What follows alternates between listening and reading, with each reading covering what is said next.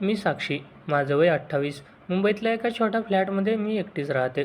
ऑफिसची नोकरी, सकाळी घाईघाईने तयार होणे, पूर्ण दिवस मीटिंग्स आणि रिपोर्ट्स, संध्याकाळी थकून घरी येणे.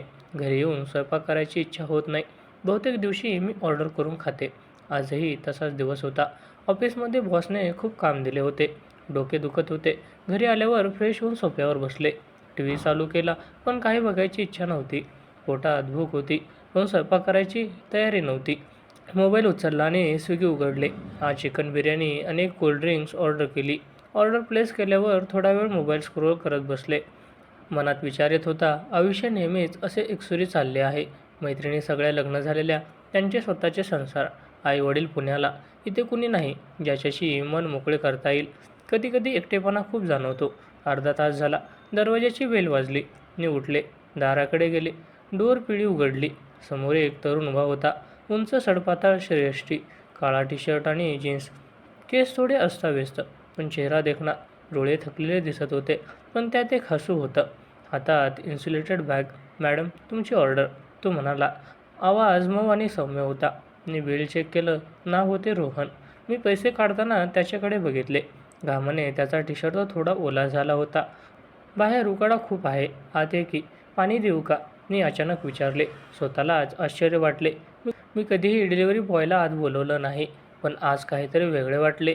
तो थोडा गोंधळला. नको मॅडम, मी ठीक आहे. तुम्ही घ्या पॅकेट. अरे बाहेर एवढा उकाडा आहे. एक ग्लास पाणी तरी घे. बस ना 1 मिनिट. मी हट्ट धरला. तो थोडासा संकोच करत आत आला. मी त्याला सोफ्यावर बसवले. किचनमध्ये गेले. थंड पाण्याची बाटली आणि एक ग्लास आणला. त्याला दिला. तो प्यायला लागला. त्याच्या गळ्यातले घामाचे थेंब मी पाहिले. त्याच्या हाताची नस दिसत होती. काहीतरी हलकेसे हृदयात हलले. मी स्वतःलाच म्हणाले, साक्षी काय बघतेस तू? तुम्ही रोज डिलिव्हरी करता. मी संवाद सुरू केला. हो मॅडम, म्हणजे साक्षीताई. दिवसभर फिरतो, सकाळपासून रात्री उशिरापर्यंत, पण रात्री कॉलेजला जातो. बी.कॉमचे लास्ट इयर आहे. तो हसत हसत म्हणाला, ताई म्हणू नकोस, फक्त साक्षी. मी लाजत म्हणाले. तो हसला. त्याचे हास्य खरे आणि निरागस होते. आम्ही थोडे बोलत राहिलो. त्याने सांगितले की त्याचे वडील 2 वर्षापूर्वी गेले. आई आजारी आहे. गावाकडून मुंबईत आला आहे. पैशासाठीही नोकरी करतो. अभ्यासही चालू ठेवला आहे. मीही माझ्याबद्दल सांगितले. ऑफिस, एकटेपणा, पुण्याहून इथे नोकरीसाठी आले.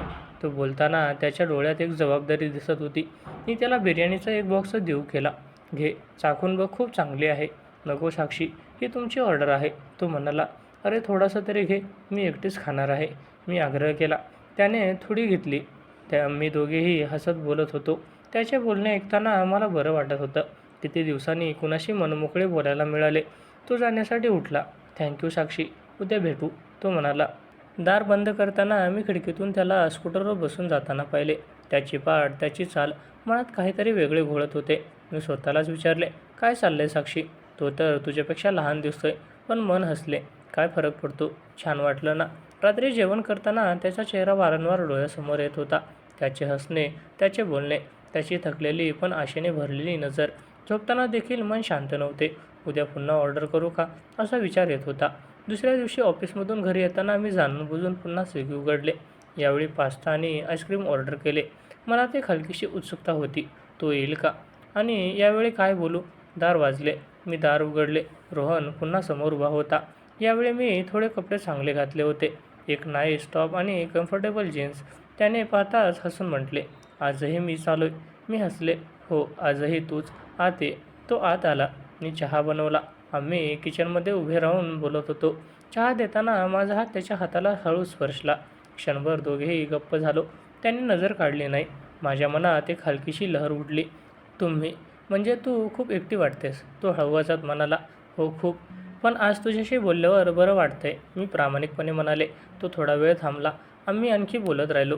त्याच्या स्वप्नांबद्दल, त्याच्या आईबद्दल, मी माझ्या एकटेपणाबद्दल. हळूहळू वेळ कसा गेला कळलेच नाही. तो जाण्यापूर्वी मी म्हणाले, रोहन, कधीही चहा प्यायला ये, ऑर्डर नसली तरी.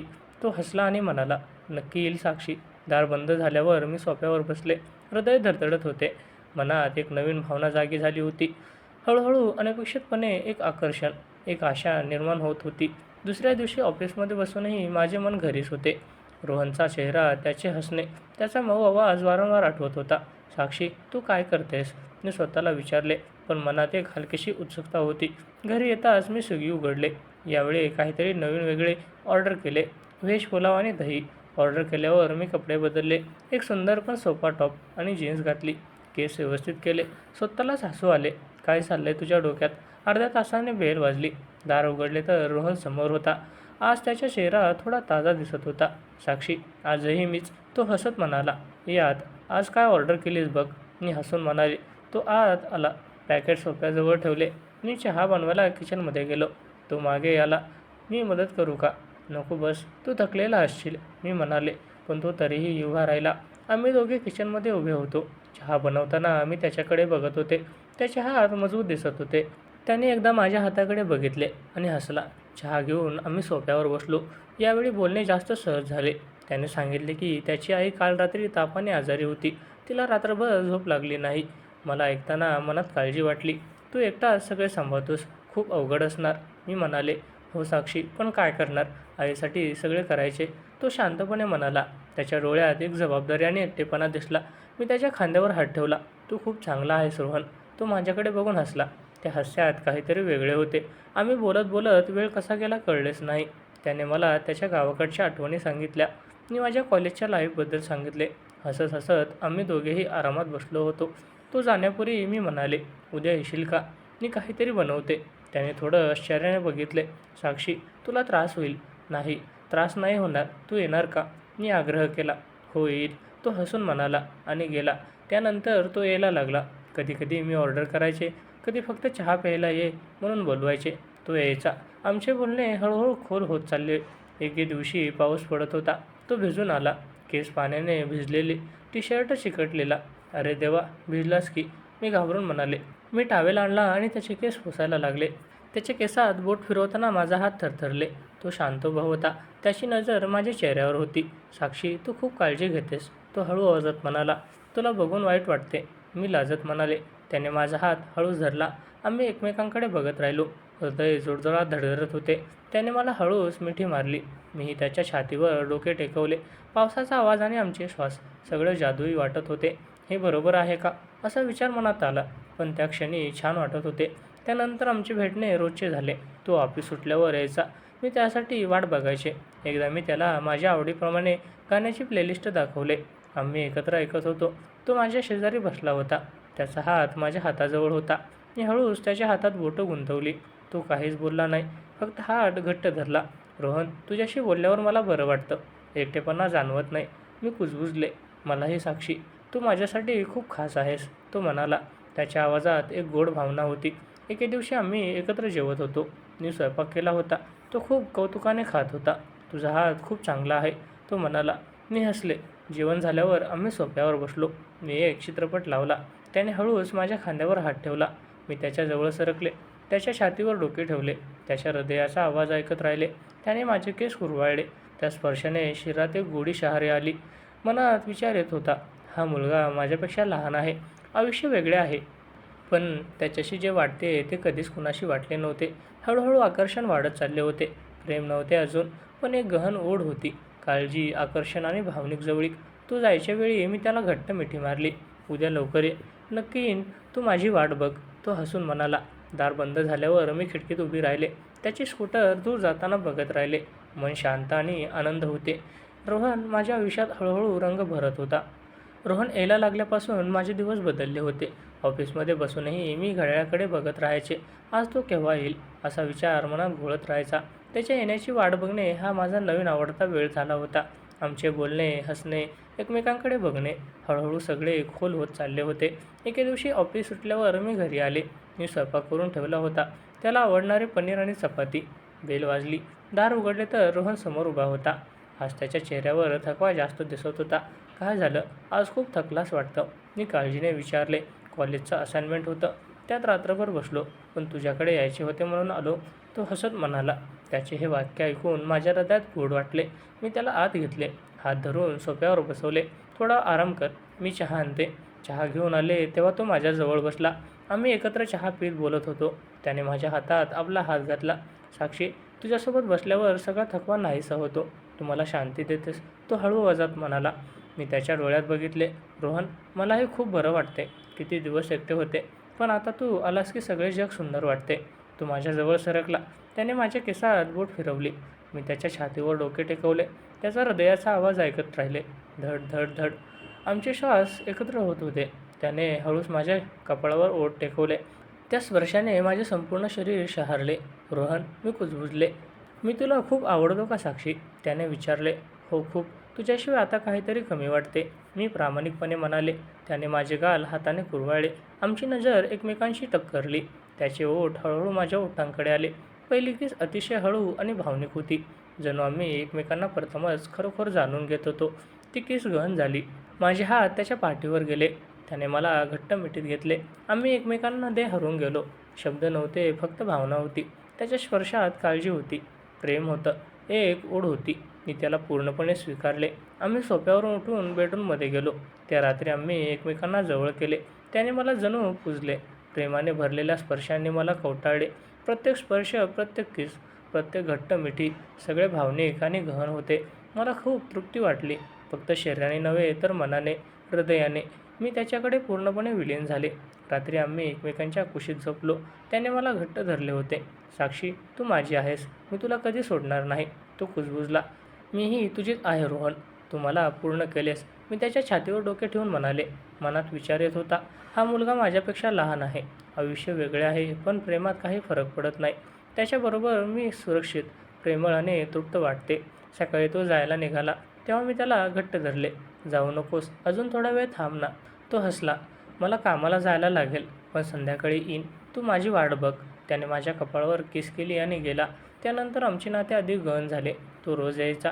आम्ही एकत्र जेवायचो, गप्पा मारायचो, एकमेकांना कवटाळायचो. कधीकधी तो मला आपल्या आईबद्दल सांगायचा. मी त्याला माझ्या भविष्याबद्दल सांगायचे. एकदा आम्ही खिडकीजवळ उभे होतो. पाऊस पडत होता. त्याने मला मागून मिठी मारली आणि गळ्यात चेहरा खुपसला. त्याच्या या मिठीत सगळे जग विसरून जाते. मी म्हणाले. तो म्हणाला, साक्षी, मी तुझ्याशी लग्न करू इच्छितो, पण अजून वेळ लागेल. अभ्यास, नोकरी. मी त्याच्या गालावर हात फिरवला. वेळ लागेल तर लागेल. मी वाट बघेन, कारण तू माझ्यासाठी सर्व काही आहेस. आमची जवळीक दिवसेंदिवस वाढत होती. शारीरिक जवळीक, भावनिक बंध आणि विश्वास सगळे एकत्र होते. मी त्याच्याकडून खरोखर तृप्त झाले होते. मन, शरीर आणि हृदय सगळे पूर्ण झाले होते. रोहन माझ्या आयुष्यात आला आणि त्याने सगळे रंगवले.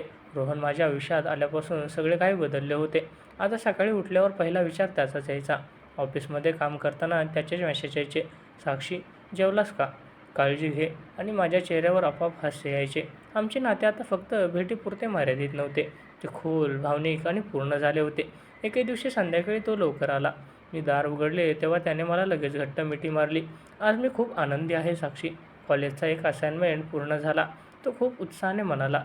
मी त्याच्या गालावर किस केली. अरे वा, मला खूप अभिमान वाटतो तुझा. आम्ही एकत्र जेवायला बसलो. मी त्याला आवडणारे डाळ भात आणि ताक केले होते. जेवताना तो माझ्याकडे बघत राहिला. साक्षी, तू माझ्यासाठी एवढे सगळे का करतेस? त्याने अचानक विचारले. कारण तू मला पूर्ण करतोस रोहन.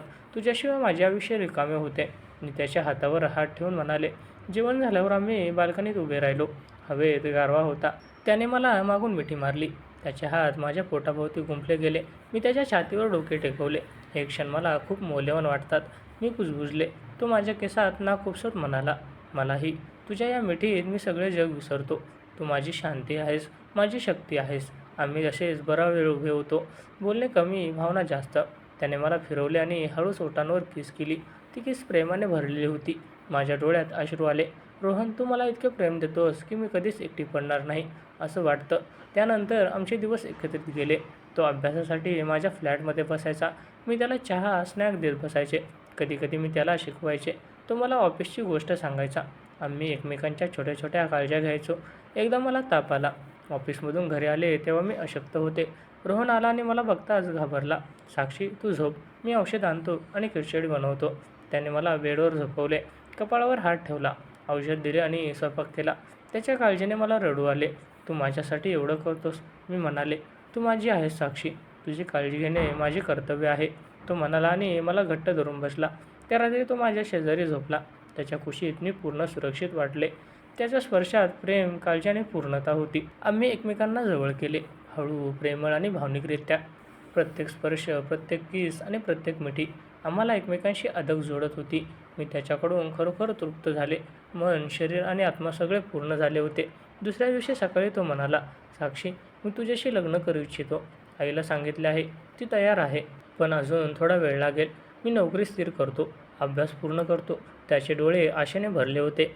मी त्याच्या हातात हात घालून म्हणाले, रोहन, मला काही घाई नाही. तू जेव्हा तयार होशील तेव्हा मी तुझी वाट बघेन, कारण तू माझे जग आहेस. आम्ही दोघेही हसत राहिलो. त्याने मला मिठीत घेतले आणि कुजबुजला, तू मला इतके बळ देतेस की मी काहीही करू शकेन. आम्ही आता बाहेरही जाऊ लागलो. पार्कमध्ये फिरायचो. हातात हात घालून लोक काहीही बोलत. आम्हाला फरक पडत नव्हता. एकदा पावसाळ्यात आम्ही भिजत फिरलो. तो मला स्कूटरवर घेऊन फिरायचा. मी त्याच्या पाठीशी घट्ट बसायचे. त्या क्षणात सगळे पूर्ण वाटायचे. आजही जेव्हा दार वाजते आणि रोहन येतो, माझे हृदय आनंदाने उघडते. तो फक्त डिलिव्हरी बॉय नव्हता. तो माझा प्रेमी, माझा साथीदार, माझा विश्वास होता. त्याने मला एकटेपणातून बाहेर काढले, प्रेम दिले आणि पूर्णत्व दिले. आमचे नाते हळूहळू वाढत आहे. भविष्यात काय होईल माहीत नाही, पण आज मी त्याच्याकडून खूप तृप्त आहे. भावनिक, रोमॅन्टिक आणि हृदयापासून. रोहनने माझ्या आयुष्यात रंग भरले आणि मी त्याला माझे सगळे दिले. ही कथा संपली नाही, तर नव्या सुरुवातीला आहे. आमचे प्रेम, आमची काळजी आणि आमची एकमेकांवरची श्रद्धा हे सगळे कायम राहील.